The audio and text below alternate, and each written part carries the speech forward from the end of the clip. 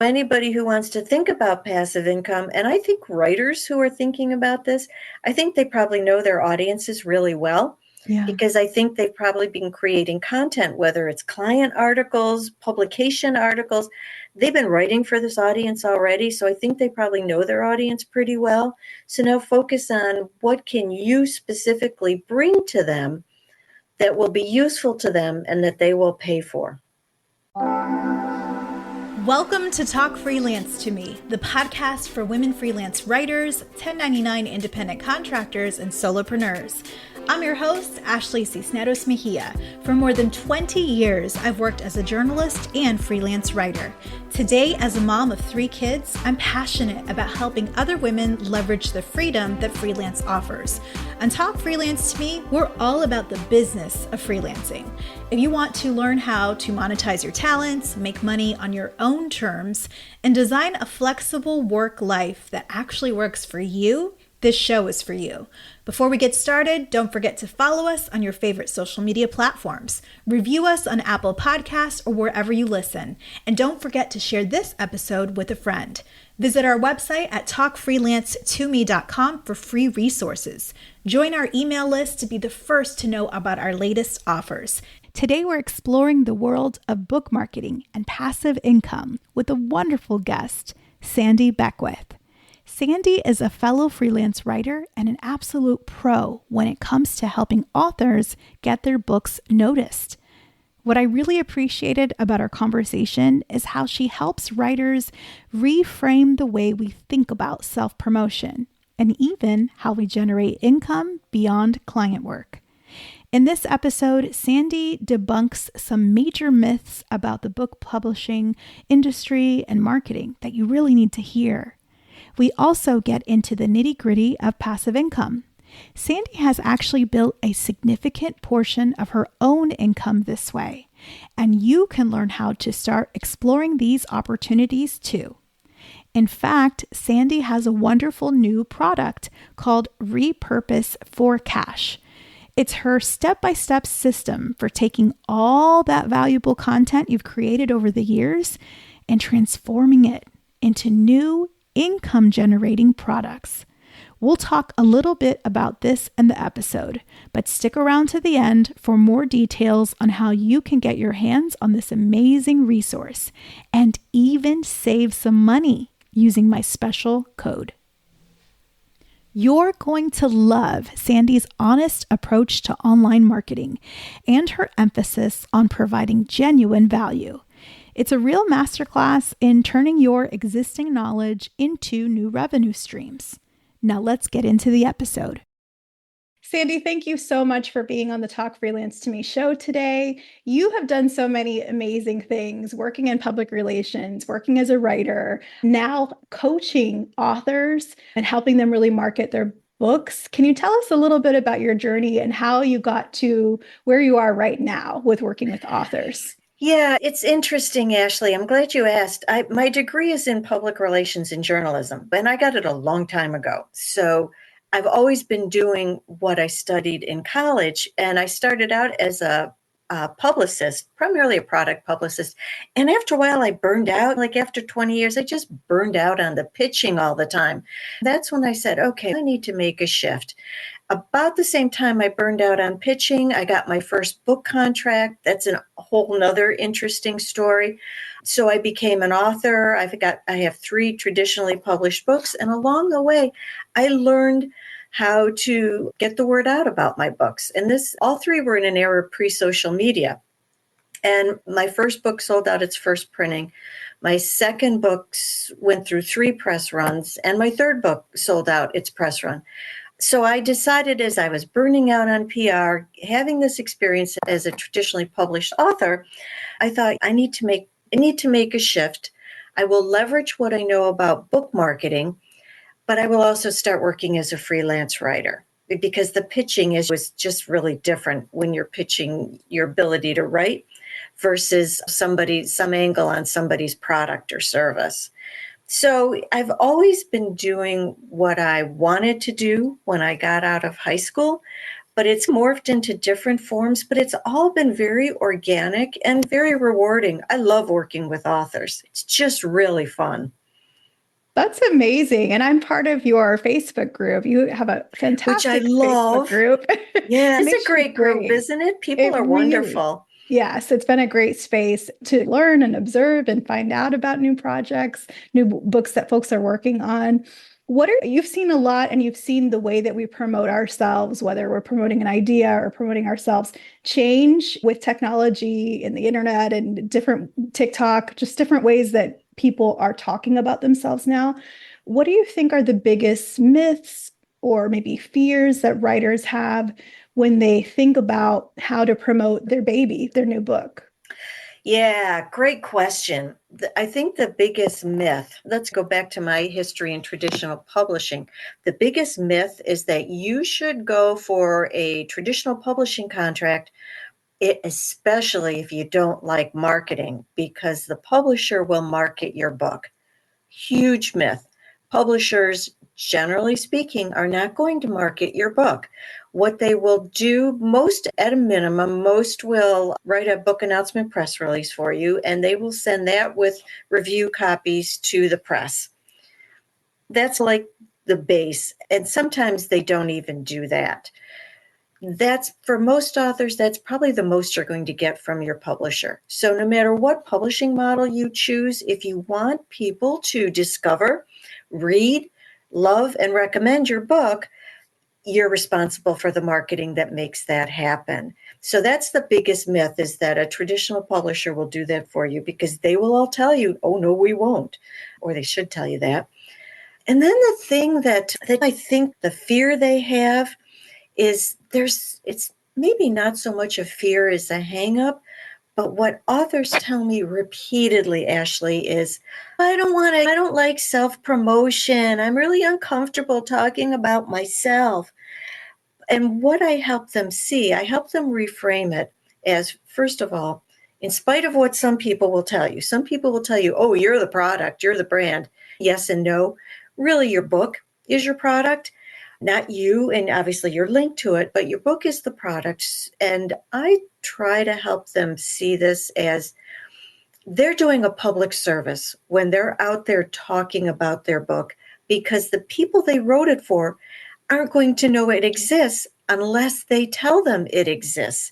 So they have to be out there sharing information about their book, making sure it gets discovered so that they can educate, entertain, or even inform the people they wrote their book for. So I view it as a public service when you're out there marketing your book. And if you can see it that way, you can see how you're helping people, not talking about yourself, which I think makes most of us uncomfortable. I love the way that you framed that. I think that's really powerful because, and I don't know if it's a function of art being, or our writing being our art, and it's vulnerable to put something out there and it's open to critique, and maybe we shy away from talking about it, or maybe because of our training, whether you're working in public relations where you're marketing your client and promoting your client, or if you're in journalism where you're not supposed to put yourself in the story and you're supposed to be very objective and independent from it.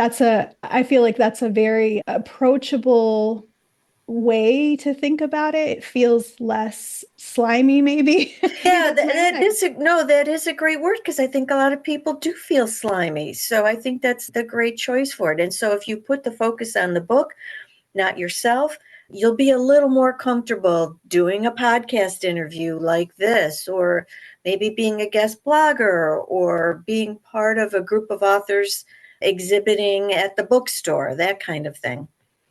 That's fantastic. You have such a wealth of knowledge from all of these different ways to communicate, whether you're writing or you're speaking about someone else, or the teachings. I know you teach a lot, you speak a lot. And I know you spoke at the ASJA conference in New York City about what you've learned about passive income and taking what your knowledge and thinking about ways to monetize it.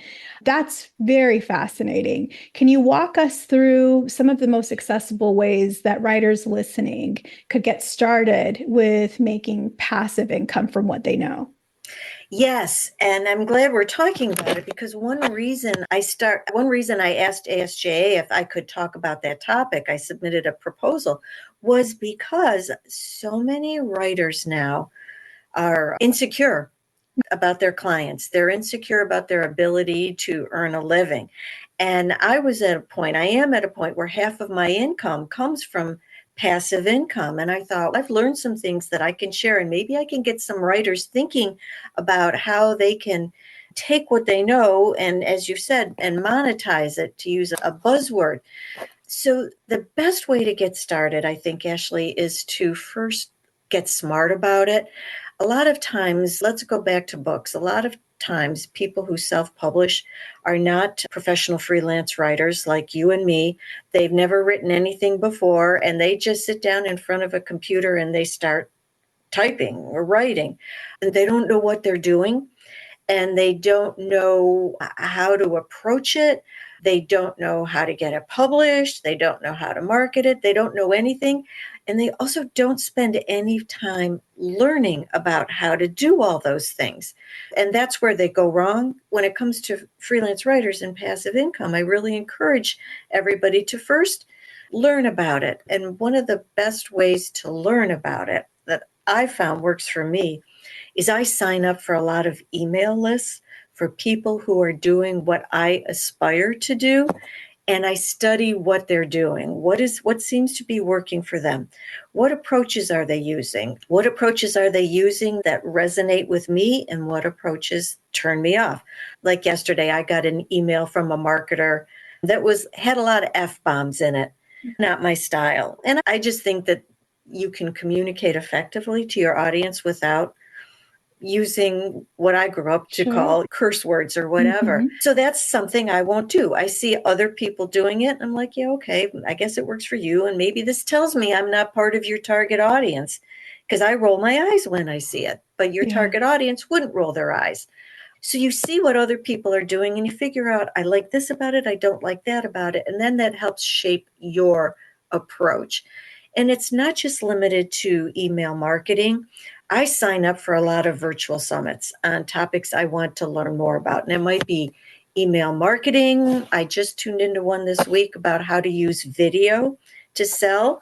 And that's an area that I'm weak in. While I eat my lunch on my iPad, I'm watching these 20-minute presentations on topics I need to learn about.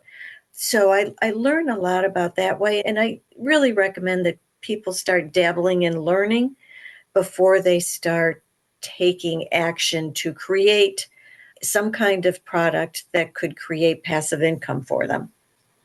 That's fantastic. I love how you talked about looking at the things that you've invested in or how you like to receive information or what messaging repels you or attracts you, because I think that's really powerful. I remember taking a class, I think it was on offering courses, and the nature of it, of just the presentation itself that this creator made, felt so salesy to me because it was marketed as this presentation was going to be information rich. Obviously, I knew they would be promoting they'd something be pitching at the end. Yes, but there's a difference between some presentations where it's all total sales pitch and there's no content, and you're at least for me, I'm left feeling like I've been duped. Like it just feels a little disingenuous and it doesn't feel good. And I remember that this creator was teaching that this is the way, this is like an internet marketing framework, that this is the way lots of folks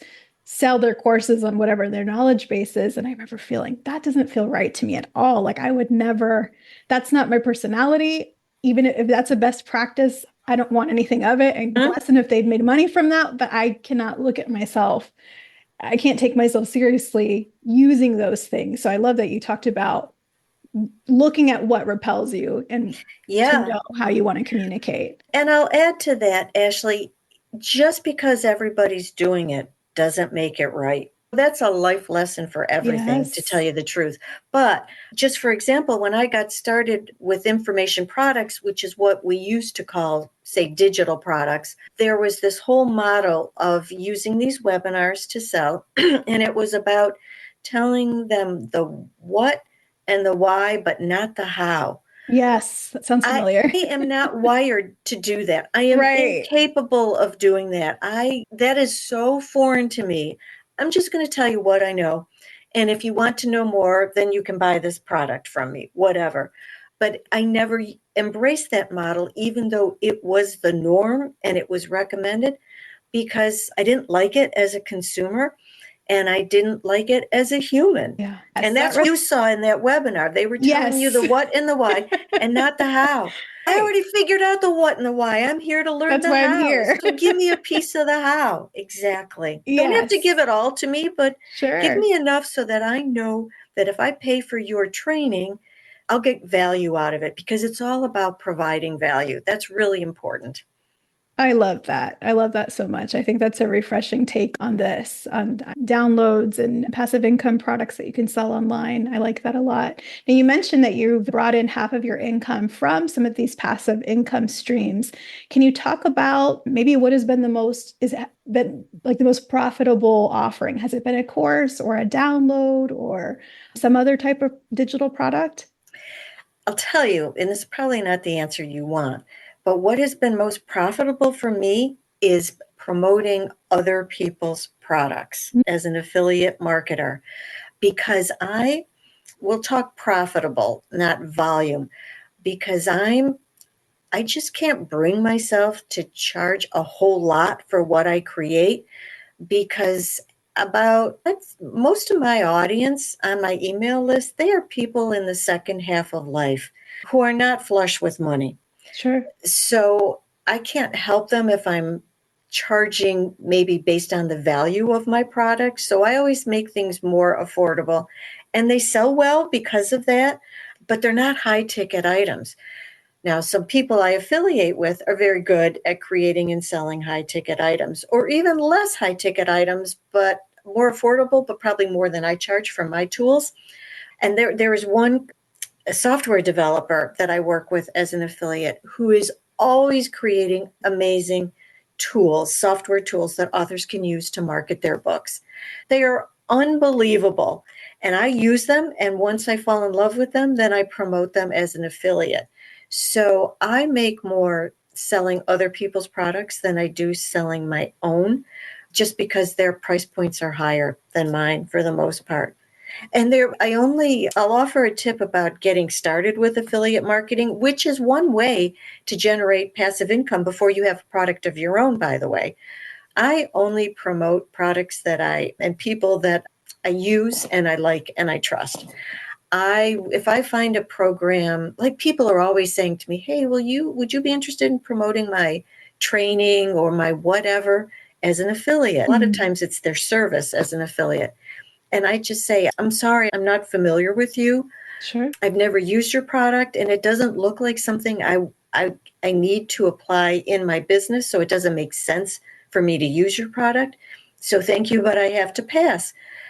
So I recommend starting with products that you use, that you love, and looking to see if they have an affiliate program, and then going from there, because it's really fun when you get your first email notification saying that somebody bought something based on your recommendation. It's just really cool. I think so. And especially because you believe in the product. And so it's like Exactly. joy all around, right? A win-win for everyone, because you know that your audience or your network or however they're connected to you is going to benefit from this. Your relationship with the person who created the product is strengthened of that connection. And then you have the tangible benefit, like you have some money coming in from something while you were sleeping. That's the dream. That is exactly it. And if it's a product you're familiar with, you're also in a better position to answer questions about it. Because a lot of times somebody will say, "I will market," let's just use a software tool as an example, "I will market that to my email list," which, by the way, is much more effective for me than social media. But I market to my email list, and somebody will say, "Hey, I'm really thinking about that tool, but can it do, X, Y, or Z?" And I'll say, "I haven't tried that. Let me go in and give it a try, and I'll get back to you." Sometimes I answer their questions by using the product. Sometimes I know the answer already because I've done it. And sometimes when I've done it, I can give them an example of how I did it. So that's just another reason to be starting with products that you're already familiar with. That's fantastic. You touched on email lists, and this is something that Mhm. I've heard you say, like in the Facebook group that I'm a member of yours, and different things. And it seems like it's been a key. People see all the knowledge that you have and the experience, and they want to learn more from you. So they join your email list. And I feel like I've heard that, right? I've heard don't build your empire on someone else's land. You build all Yep, of your following on TikTok, and everything that we're seeing TikTok may go away again. We don't know. exactly. But so I feel like writers, we've heard that message that we need to get an email list, that there's value in it. How do you get started if you don't have one and you know you need one, but you're not sure where to begin building one? How to get started with an email list? Yes. Yeah, first you just get started. The best way, first you need this kind of vision of what you're going to share in your email. So you need to be really clear on your target audience. You can't be kind of creating a list for everybody. You have to be very focused about excuse me, who you serve and what they're interested in. And once you're clear about your target audience, then you need to do a couple of things. You need to sign on with an email service provider. You and I both use Kit, formerly Yes. ConvertKit. That's who we use for this. And as you need to create a lead magnet that is of value to your target audience. And the lead magnet, it's also called a freebie or an ethical bribe. The lead magnet is what entices people to give up their name and their email address for you. And you make all this available on a landing page, which is a web page that has a single purpose. And in this case, the single purpose is to get people to opt in, being voluntary, opt in, add themselves to your email list, usually in exchange for this lead magnet. Your landing page, sometimes people set up just another page on their website, and it's got their whole website toolbar and all that. That's not how you do it. You don't want any distractions on that landing page. You don't want them to be say, oh, butterfly, and click over to that butterfly. You want them 100% focused on signing up for your email list. And signing up is key. Don't do what a lot of people do, which is add everybody and their brother to their list. That is against the rules. People can then flag you as spam, and then you get booted off your email service provider site. So it's always opt in, meaning your audience chooses to add themselves to your email list. But be clear on who your audience is. Create a freebie that speaks to them, provides value to them, and gives them a taste of the kind of information they'll get through your regular emails. And then create an email newsletter that provides value to your audience. It's a service. It focuses on them, not you. So many authors in particular will send out an email that's me. And, oh, if I haven't mentioned it yet, here's a little bit more about me. Right. You really want to focus on your audience, not yourself.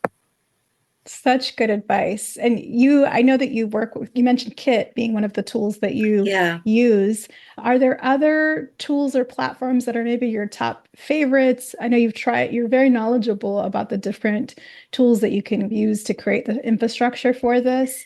Are there some that are more useful for people that are not as tech savvy and are maybe intimidated about the tech? Yeah, and it's really easy. I think we're all intimidated by the tech, to tell you the truth. And I am not what people call a digital native. So there's always a learning curve for me.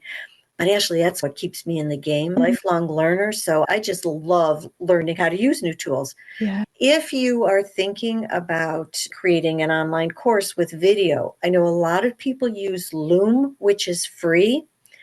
I started out giving Loom a try, but I really struggled to master the editing with that. So I use Camtasia now for course content videos. Not just the recording is a piece of cake. The editing is still a little more difficult for me. This is how I edit a video in Camtasia. I'm like, okay, here it is, here it is.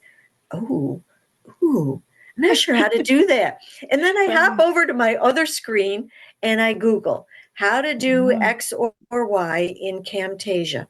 I always get a video that walks me through it, and then I smile and I turn back and I know how to do it. And then I write it down because I'm going to forget the next time I come back to this. So start with Loom because it's free. And some people might find the editing function easier than I did and more powerful than I did.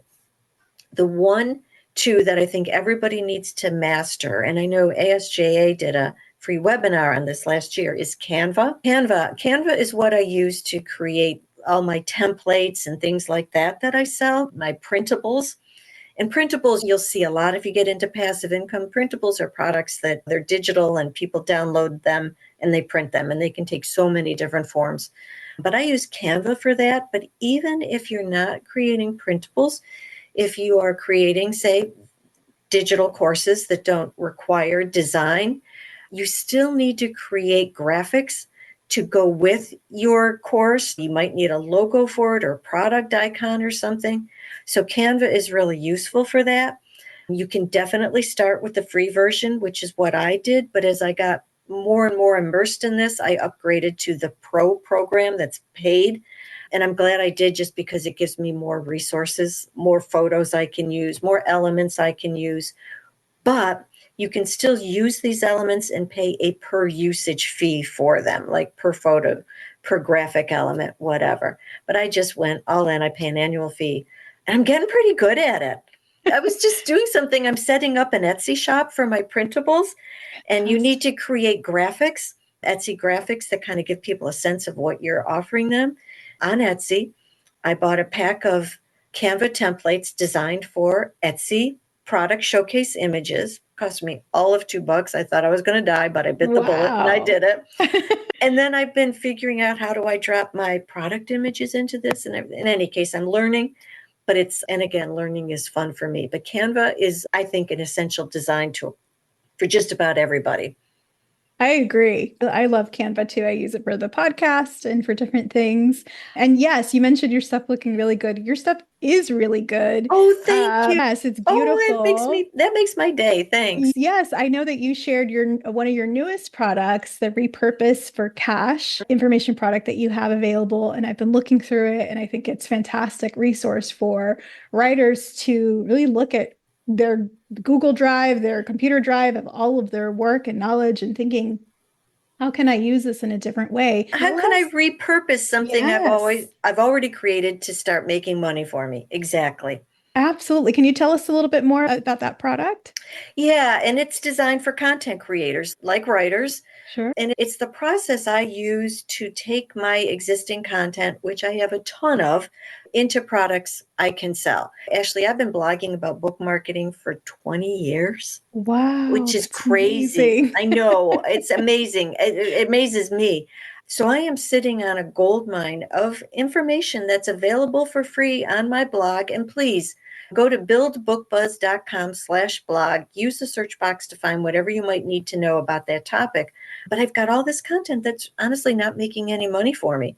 So I have figured out basically how to slice and dice and turn everything I've created. Even I talk a lot at virtual summits. I present a lot at virtual summits. Even how to take those presentations and turn them into products I can sell. And writers, this is what they do for a living. Yes. They create content. So it's for like writers, it's for bloggers, it's for authors, it's for people who do video, a lot of YouTube videos. It's for podcasters like you, turning what you share into products that will help people, people will pay money for. So it's a step-by-step process. I just walk people through, okay, here, and I'm very process oriented. And I should be your favorite instruction manual creator, because I am very much do this, then do that, and do this. And then when you're doing this, you might wonder about the other thing. Let me tell you about the other thing. And then we go back to the process. So it's very process oriented. It includes activities you need to do, worksheets to complete. And after you go through the process outlined in this PDF that includes lessons and worksheets and all, in the end, okay, this is the product I'm going to create. And I have a sense of what format to create it in and how to move forward. It does not say basically, okay, you're going to create an online course based with video instruction. It does not tell you how to create that online course. but it tells you how to get to the point where you know that an online course is a good fit for you, for your style, for your content, and for what your audience needs. Because, Ashley, one thing I really struggle to get through my head is that it doesn't matter if I think you need this training. If you don't think you need it, I'm not going to sell it to you. Early on, I would create products that I knew authors needed to have. One example that sells but not really well is I have a training program that teaches authors how to identify, how to zero in on their target audience. It's called Who Will Buy Your Book? Something like how to identify and find your book's target audience, whatever. That's the number one thing authors need to know. They don't know they need to know it, no matter how many times I tell them they need to know it. So it doesn't sell as well as it should because I'm trying to teach them what they need to know. And that's not the same thing as what they want to know. So what you have to do is give them what they want to know and then bring what they need to know in the back door. So good. Yeah, it took me a while to figure that one out. That's a huge business lesson. That is a huge business lesson. Yeah, you can't sell them what they need to know if they don't think they need to know it.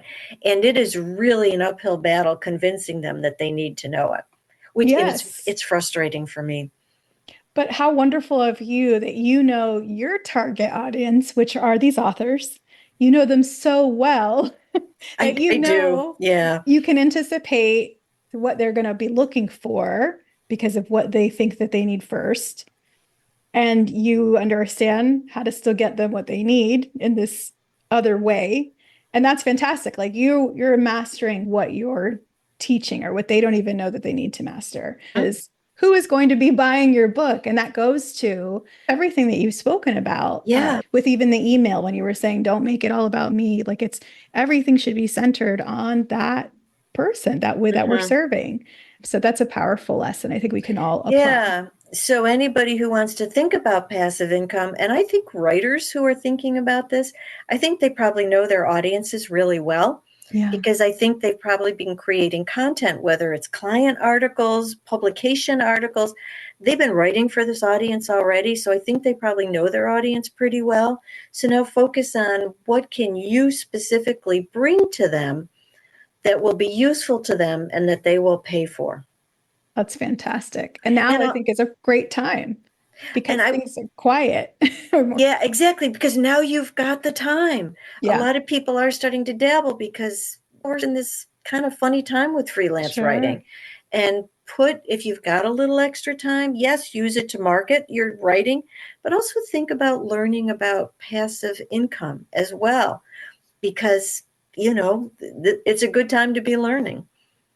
Absolutely. Sandy, this has been fantastic. Repurpose for Cash. I have had early access to it. I love it as a resource. So Talk Freelance to Me listeners and viewers, if you're watching on YouTube, we will have a special link and promo code where you can have a juicy discount to get a copy of Repurpose for Cash for yourself. So I'm excited about that. I'll share some more information in the show notes. Sandy, this is fantastic. I know there's many things that you do online with your products and the Facebook group and your talks. Where can people find you online and learn more about your offerings? Best place to go is buildbookbuzz.com. And if you want to get in touch with me, my email address is my initials, sb@buildbookbuzz.com. I'm happy to answer questions. Thank you so much, Sandy. We appreciate Thank you, Ashley. Today. I'm so glad we had a chance to talk about this. Obviously, you can see it's a topic I get excited about, and I'd really like to help people. So thank you. Thank you. A quick note before we close. I hope you found Sandy's insights as inspiring and practical as I did. And as we discussed, if you're ready to really put your existing content to work and create some new income streams, be sure to check out Sandy's amazing new digital product called Repurpose for Cash, how to turn your existing content into new products that sell. It's packed with step-by-step guidance, worksheets, and exercises to help you turn your content goldmine into cash. As a special offer for our listeners, you can get 25% off with the code TFTM at checkout. Again, the code is TFTM. To redeem, just head on over to buildbookbuzz.com/repurpose-for-cash. That's buildbookbuzz.com/repurpose-for-cash. Don't worry, I've got the link and the code in the show notes. Don't miss out on this opportunity to make your content work harder for you. With that, we've come to the end of another episode. Please make sure you hit subscribe and give me a 5-star review on Apple. Check out the show notes and grab my free Niches Get Riches freelance writing worksheet to brainstorm the best niches for your writing business. Until next time, this is Ashley Cisneros Mejia. Don't forget, we all get this one precious life. Don't constrain yourself to a box that you were never meant to fit in. It is your right to profit from your own creative gifts. Our music was composed by Donna Raphael of World Instrumentals. Talk Freelance to Me is a product of Phoenix Creative Studio.